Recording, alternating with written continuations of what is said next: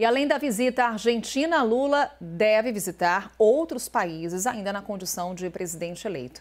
Quem vai trazer os detalhes sobre essa agenda é a nossa editora de internacional, Luciana Carksan, já por aqui. Lu, uma boa noite para você. Boa noite, Carol. Bem, Lu, logo nos primeiros pronunciamentos de Lula, após a confirmação da vitória, ele deixou muito evidente a preocupação que ele tem com a agenda internacional.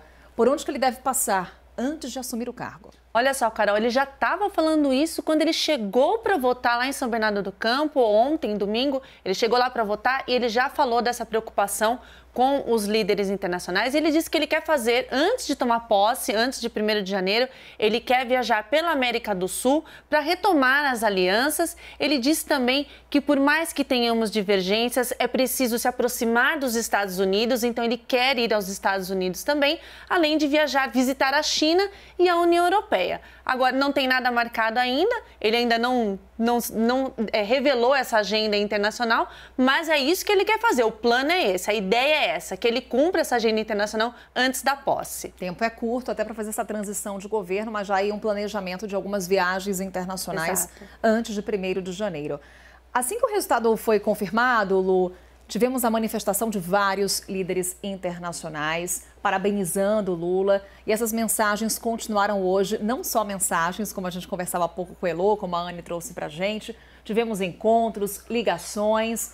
Além de Biden e de Fernandes, que já mostramos, quem mais se pronunciou hoje? Olha só, a Elô até falou dos vértices do triângulo aí. Hoje foi a vez de Xi Jinping e Putin falarem a respeito da vitória, né, do presidente eleito Lula, e dois países que fazem parte, assim como o Brasil, Índia e a África do Sul, fazem parte do BRICS. Então eles pronunciaram. A China, o Xi Jinping disse que atribui grande importância, aliás, ao desenvolvimento da relação entre China e Brasil. Lembrando que a China é o principal parceiro comercial do Brasil e que ele está disposto a trabalhar com o presidente eleito Lula e firmar aí uma parceria estratégica e ampla por muitos anos. A mesma coisa foi com o Putin. Putin também enviou uma mensagem parabenizando a vitória, disse que esse resultado da eleição mostra um alto prestígio político de Lula e disse também que espera aí fazer uma parceria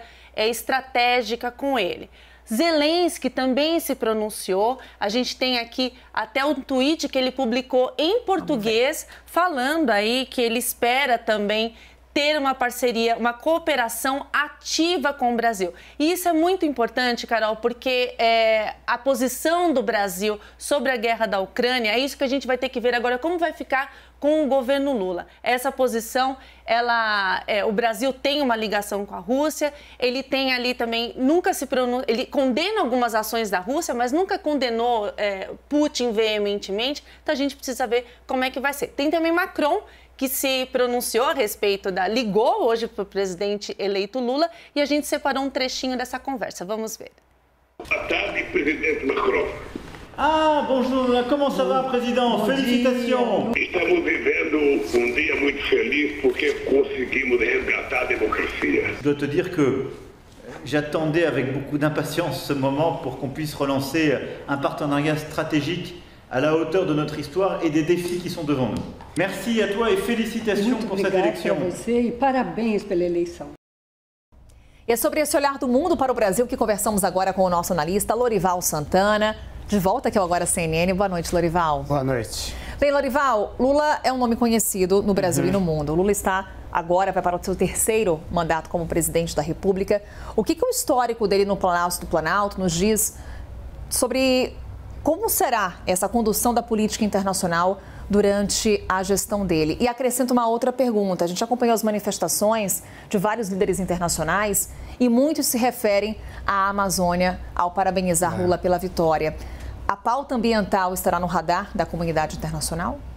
Sem dúvida, esse é um dos dois principais temas, né? A questão da Amazônia é a questão central, mas a Ucrânia também é muito importante. Semana passada eu estive em Brasília falando com embaixadores de países importantes que me disseram que a Europa, por exemplo, quer saber de que lado o Brasil está. Se o Brasil é um país do Ocidente ou não, se preza os valores da democracia, da soberania, da liberdade, ou não. E o Brasil tem votado de uma forma que às vezes se abstém, às vezes vota contra a Rússia, mas é contra as sanções, por exemplo, que tem sido um esforço econômico grande. Bom, isso vai continuar assim, isso não vai mudar. Mas em relação à Amazônia, sem dúvida, o Lula tem um histórico aí de 2004 chegando até o início do governo da Dilma, 2012, primeira metade do primeiro mandato da Dilma, em que o desmatamento caiu ano após ano.